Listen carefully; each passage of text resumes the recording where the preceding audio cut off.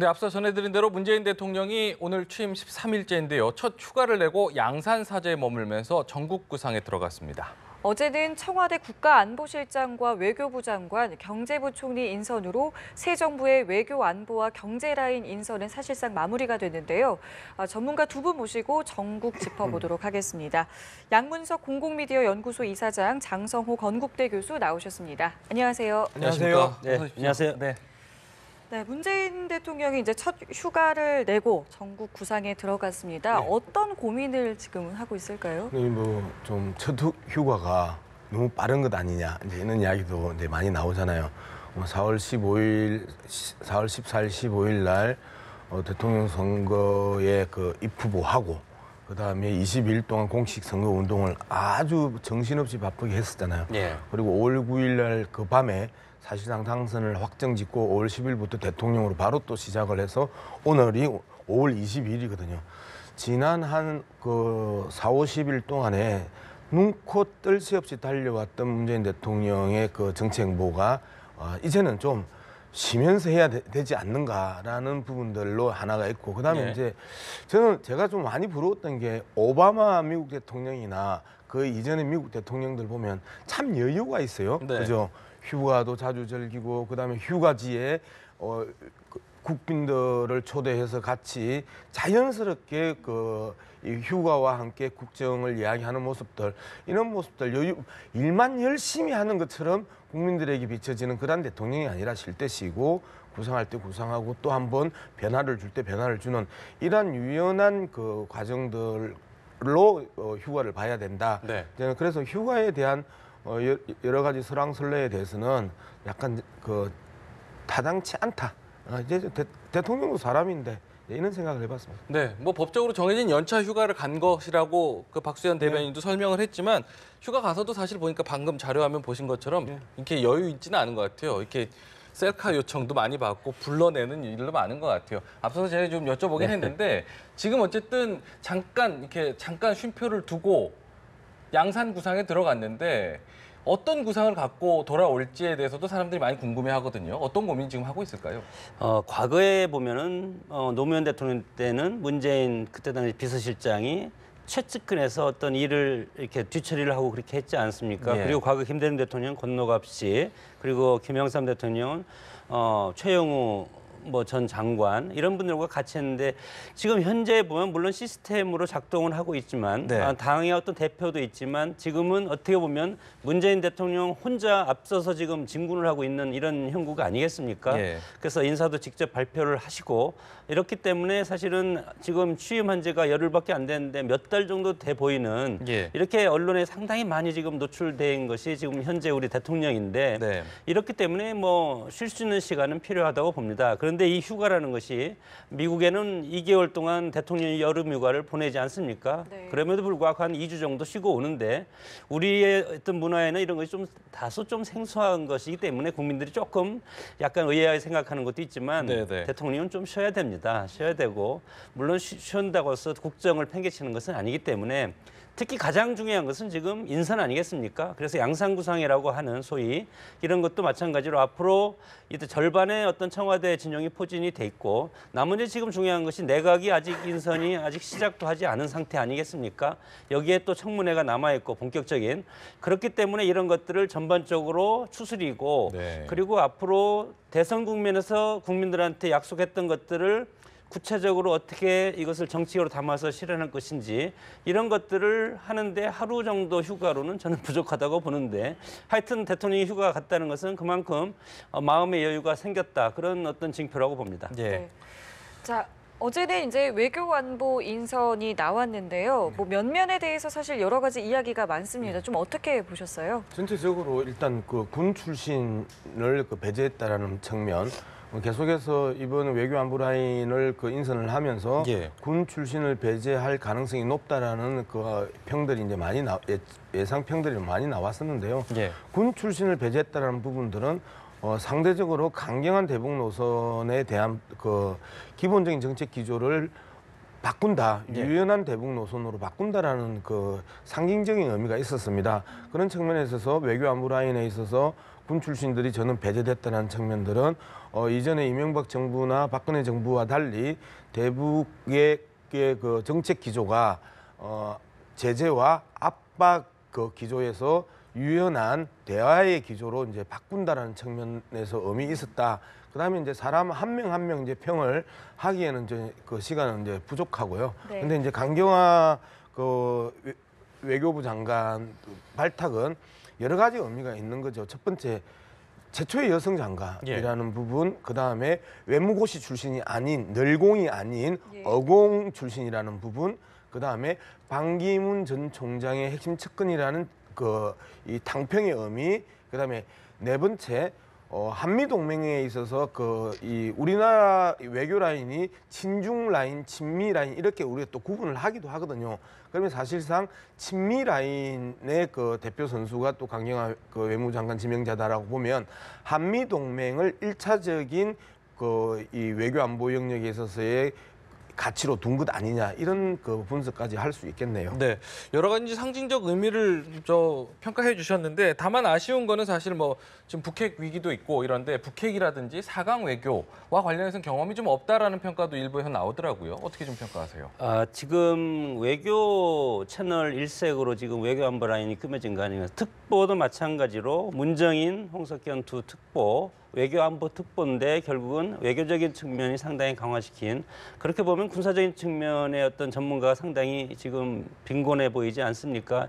이런 것이 상당히 이제 문제고 특히 강경화 지금 장관 내정자도 마찬가지로 물론 인권과 여성 지위, 인도주의 문제에 대해서 합리적인 소통이 이루어졌고 그리고 전문성과 네트워크가 상당히 강화된 그리고 그런 경력이 아주 강한 그런 인사를 선발은 했지만 4강 외교와 대북 경험이 부재한 것이 상당히 약점이고 이것을 안보실장이 이것을 보완을 해줘야 될 텐데 안보실장도 마찬가지로 외교 전문가고 그리고 외교안보특보도 마찬가지로 두 분 다 외교 전문가 아니겠습니까? 네. 이렇기 때문에 과연 앞으로 국방장관을 어느 분을 할 것인지 이것도 인선에서 상당히 고민거리가 됐고 물론 외교가 안보가 같이 가지만 그러나 외교와 안보는 명확하게 특화된 부분입니다. 네. 그래서 미국 같은 경우는 외교특보, 안보특보 따로두고 나중에 국무장관이 되면 업무적인 어떤 효율성을 경험을 바탕으로 해서 외교안보 국무장관에 내정되고 이런 이제 어떤 과정을 거치는데 네. 이런 측면에서 봤을 때는 물론 뭐 외교부의 전통적인 비외시 외무고시를 타파하고 그리고 최초의 유리천장학교 여성장관이라는 이런 어떤 특수성은 있겠지만 이런 어떤 파격적인 특수성보다도 훨씬 중요한 것이 저는 그 직책에 대한 직무의 어떤 타당성 그것이 저는 훨씬 중요하다고 생각하기 때문에 물론 인사에 대해서는 나중에 과정을 봐야지 이것이 인사가 잘 되고 잘못된 것을 알 수 있듯이 지금 현재에 봐서는 외적인 구성으로 봐서는 아직은 국방 쪽이 상당히 취약한 그런 면모를 보이고 있다고 봅니다. 네.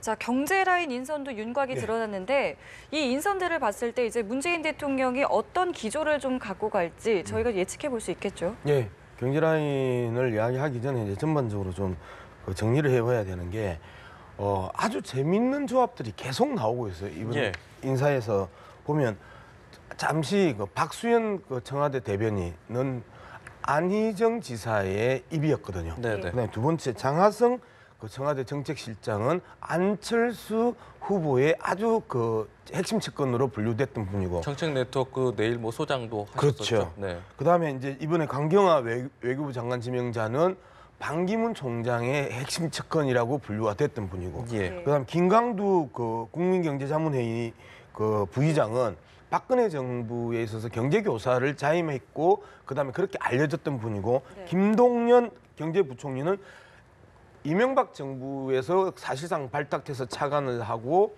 그다음에 박근혜 정부에서 장관급 국무조정실장을 했단 말이에요. 한번 생각을 해보세요. 안희정 당내 경선에 있어서 경쟁자였고 안철수, 반기문은 기본적으로 대선 레이스에서 아주 강력한 초기 경쟁자였고 마지막까지 경쟁자였고 그다음에 박근혜, 김강두 이 국민경제자문회의의 부의장은 박근혜 정부의 핵심 이 브레인이었고 그다음에 김동연, MB 박근혜 즉 당내 경쟁자에서부터 과거 정권의 사람들까지 이 6명을 쭉 5명을 평가해 보면 이념과 정파를 다 초월해서 이념과 정파를 다 초월하고 있다.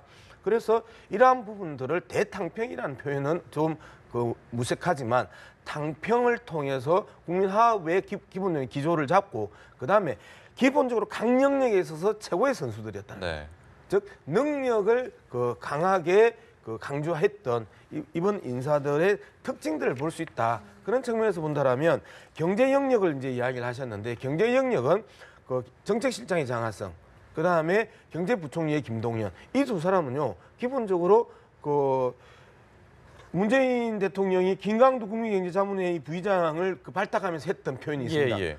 저와 다른 시각에서 정치 경제를 바라보는 분이라고 표현을 했던 것처럼 그렇습니다. 김동연 경제부총리와 그다음에 장하성 정책실장도 다른 시선으로 경제를 바라보는 분들이거든요. 네. 이 분들이 얼마만큼 융합해 낼 것인가라는 부분들, 즉 한편으로는 독주하지 않고 그다음에 좌편향, 우편향을 보이지 않고 말 그대로 국민을 위한 교집합들을 형성해 나가는 과정들로 바라보는 이런 대통령의 이 경제 정책에 의미가 있는 것 아니냐. 또 다른 영역에서 똑같이 마찬가지입니다. 통일 외교 안보에 홍석현 특보하고 문정인 특보 같은 경우는 김대중 도서관 관장 출신입니다. 예. 햇볕 정책을 사실상 주도했고 기획했던 사람이거든요. 그다음에 조중동이라고 우리가 이야기했던 중앙일보의 회장 출신으로 아주 보수적인 홍석현과 문정인을 똑같은 통일 외교 안보 특보를 만들었던 것, 이런 부분들은 상당히 문재인 대통령이 이야기했던 저와 다른 시각에서 정치, 경제, 안보, 외교를 바라보는 분들을 절묘하게 조합을 하면서 그 속에서 편향성을 제거하고 교집합을 형성해내려고 하는 의지들이 이번 인사에서 일관되게 보이는 것 아니냐, 저는 이제 그렇게 분석을 합니다. 네. 근데 반대로 생각을 하면 이렇게 서로 좀 다른 생각을 갖고 있는 사람들이 하나의 목소리를 과연 잘 낼 수 있을까? 이게 이제 과제 아니겠습니까? 대통령 입장에서는 파격 인선이라는 것을 선보이고 소위 말해서 흑수저, 비주류, 여성, 소수파 이런 분들 전면에 내세우고 있고 문제는 결국은 컨트롤 타워가 중요하다고 봅니다. 네. 과거에 2007년도에 열린우리당 시절에 노무현 대통령 당시에 당정청의 정책 혼선이 상당히 이루어지지 않지 않았습니까? 이 상태에서 그때 당시에 김근태 정책위 의장이 계급장 튀고 토론하자 뭐 이런 것들도 당청 불일치의 어떤 삐걱거리는 모습을 보여준 것인데 지금 이렇게 봐서는 이 정책을 놓고도 물론 온갖 다양한 계파라든가 다양한 정파에서 모든 사람을 수혈해서 통합적인 정책 라인을 간다고 할 수는 있겠지만 결국은 이것을 하나로 합체할 수 있는 대통령의 강한 리더십이 필요한 부분인데 예. 대통령이 지금 보듯이 이 외교 안보 전반적인 것을 어떻게 다 관장할 수가 있겠습니까? 모든 것은 다 시스템으로 작동해서 돌아가야 되는데 네. 경제 라인 저는 김광두 국민경제자문위 부의장 개혁적 보수고 호남 출신 아닙니까? 상당히 긍정적인 부분도 있지만 저는 핵심적인 트로이카는 이미 결정이 돼 있고 그런 것들은 어떻게 해서 우려할 필요는 없다고 봅니다. 두 가지입니다. 하나는 장하성, 김상조 두 트로이카를 통해서 재벌 개혁을 하겠다. 그리고 재벌 개혁을 통해서 경제 민주화를 이루겠다.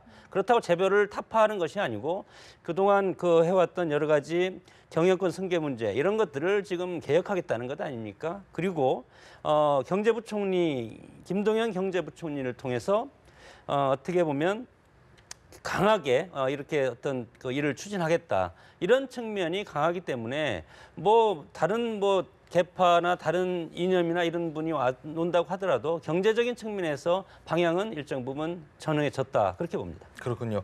일단 지금까지 여론을 보면요. 오늘 13일째인데 여론조사 계속 나오고 있지 않습니까? 평가가 굉장히 좋습니다. 지금 보면은 한 주가 다르게 계속해서 올라가고 있는데 리얼미터 여론조사 결과 한번 저희가 준비된 게 있는데 함께 보고 이야기를 더 나눠보시죠. 대통령 취임 이후 수행 평가뿐만 아니라 수행 전망에 대해서도 굉장히 좀 높은 평가를 하고 있습니다. 지금까지 81.6%가 굉장히 잘하고 있다. 10.1%는 좀 아쉽다. 잘 모르겠다. 8.3%가 나타나고 있고요. 또 다른 여론조사 내용 보면요. 향후 5년 전망도 지난주와 비교해서 7.5%포인트 상승했습니다. 지난주보다 일주일 하는 걸 보니까 더 기대감이 커졌다라는 뜻이겠죠. 82.3%가 향후 5년 동안에도 잘할 것이다. 이렇게 평가를 했습니다. 역대 정부 들어서 역대 정부랑 비교해도 취임 초기 아무리 뭐 이렇게 돌발 상황이기도 하고 전 정부와 비교돼서 그렇다라고도 하지만 네. 굉장히 여론이 좋습니다. 예, 그래서 이제 계속 이제 제가 강조하는 부분들이 네. 그동안에 대한민국이 순리, 평범, 상식 이러한 것들이 계속해서 무너져 왔고 많은 국민들은 그 부분에 대해서 많이 불편해했었습니다. 예. 그리고 그 불편함을 첫 번째 표현했던 게 지난해 4.13 총선에서 그 불편함들을 표현했고 그다음에 이번 대통령 선거에서 표현을 했음에도 불구하고 문재인 대통령이 선거 과정에 있어서 보여줬던 모습과 그다음에 상대 후보들이 문재인 대통령을 그 비판했던 부분들에 대한 확신들이 없었었거든요. 예. 제가 어제 그런 이야기를 들었어요.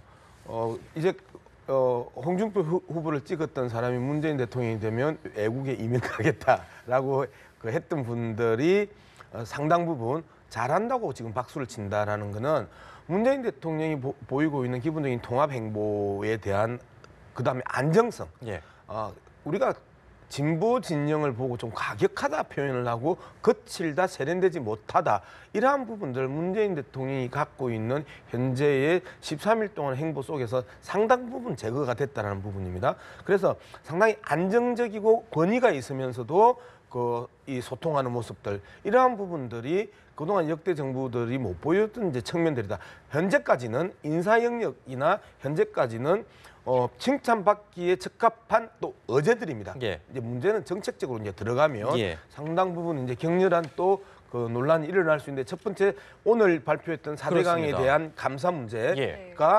MB 그 이명박 정부를 지지했던 예. 많은 분들에게 어떻게 다가설 것이냐. 예. 일단 조사를 하면 정치 보복 아니냐라고 예. 하는 반론들이 있을 수 있는데 과정에서 하나하나 짚어나가고 문제점들이 드러나기 시작하면 또다시 입장이 바뀔 가능성이 있고요. 그다음에 이제 정교조 합법화 추진이라는 부분에 있어서 계속해서 역대 그 정부들 지난 10년 동안 정교조에게 빨간색의 뿔을 그려놓은 그 계례 도당처럼 만들어 왔던 정교조의 이미지들을 네. 또 많은 국민들이 가지고 있거든요. 그리고 문재인 대통령이 지금 잘하고 있다고 그 칭찬하는 분들이든 그다음에 지지했던 분들 중에서도 예. 정교조를 또 달리 바라본단 말이에요. 그러니까요. 그런데 정교조에 대한 그 정상적인 정교조의 활동과 그다음에 정교조의 정기능들을 그 바라보면서 또 이 시각들이 재평가될 가능성이 높아진다 하면서 그동안에 우리나라에서 상식과 이성과 합리를 뛰어넘는 몰상식과 비이성과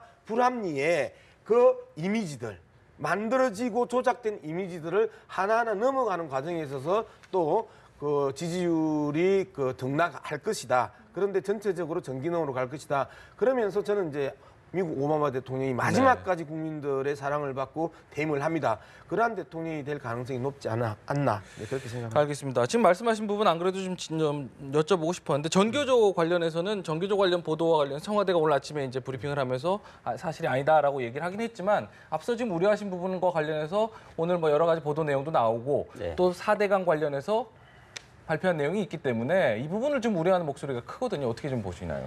뭐 잘못된 역사, 잘못된 정책 이것은 법에 의해서 심판을 받아야 되는 겁니다. 그러나 지금 이제 문재인 정권이 출발한 지 지금 열흘 정도 됐지 않습니까? 물론 정책 감사를 통해서 과거 정권에 대한 어떤 비리라든가 이런 걸 들춰내는 것은 아니고 이것을 교훈으로 삼겠다. 이렇게 명분을 했지만 그러나 비리가 드러나는 경우는 이것은 법으로 처벌할 수밖에 없는 것이 우리 민주국가의 법치주의 국가의 원칙 아니겠습니까? 어떤 식으로든 이것이 들춰지면 그런 갈등이 일어날 가능성이 상당히 크고 본의 아니게 정치 보복이라는 그런 어떤 프레임에 빨려들 가능성이 상당히 큰데 대통령 입장에서는 과거에 수차례 선거 기간 동안 이거에 대해서 공언을 해왔기 때문에 이것을 하지 않을 수도 없고 그런 적폐청산의 구호로서 대통령이 됐고 그래서 지금 국민들의 지지율이 81%, 87%까지 사실은 기대가 너무 저는 크다고 봅니다. 이 기대가 큰데 저는 이 기대가 퇴임 직전까지 87%를 유지하면 가장 좋은데 그러나 여기에는 대통령 입장에서는 87%를 의식하면 국민 모두가 원하는 이런 정책이라든가 법 규정 이런 것들을 만들려면 모두가 원하는 것은 모두가 할 수 없는 이런 것들이 사실은 한계이기 때문에 대통령 입장에서 상당히 부담감과 성과에 대한 어떤 그런 심적인 그런 부담감이 상당히 커질 가능성이 크다. 네, 네. 그런 상황에서 물론 4대 강이라든가 그리고 전교조 합법화 이런 것들을 해야 되지만 이것은 지난 정권과 배척되는 부분이 상당히 있지 않습니까? 이렇게 됐을 때는 다시 이것이 이념적인 구도로 넘어갈 가능성은 상당히 있다. 그렇기 때문에 과연 정권에서 이것을 어떤 정책 실수라든가 사법적인 조치는 전 정권과의 그런 갈등이 아니다. 이런 것들을 어떻게 설명하고 모양을 만들어내는가 중요하다고 봅니다. 알겠습니다. 저희 두 분 말씀 여기서 마무리 짓겠습니다. 오늘 말씀 고맙습니다. 고맙습니다.